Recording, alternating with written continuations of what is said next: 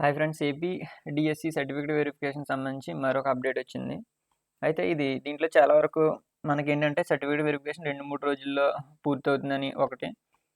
అయితే మనకి సోమవారం నుంచి వెరిఫికేషన్ స్టార్ట్ అవుతుంది అని ఇవ్వడం జరిగింది. సోమవారం దాంతోపాటు మంగళవారం ఇంకో 2-3 రోజుల్లో వెరిఫికేషన్ అయిపోతుంది. 1:2లో కాల్ లెటర్స్ వస్తాయి. అండ్ రేపటి నుంచి అభ్యర్థులకు ధ్రువపత్రాల పరిశీలన జరుగుతుంది.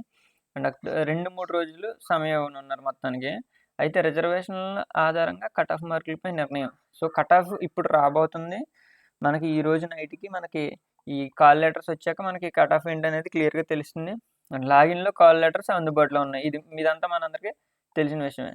అండ్ దీంతోపాటు ఇప్పుడు ఇక్కడ అప్డేట్ ఏంటంటే 5వ తారీఖున సెప్టెంబర్ 5న విజయవాడలో భారీ ఎత్తున ప్రమాణ స్వీకారం అన్నారు.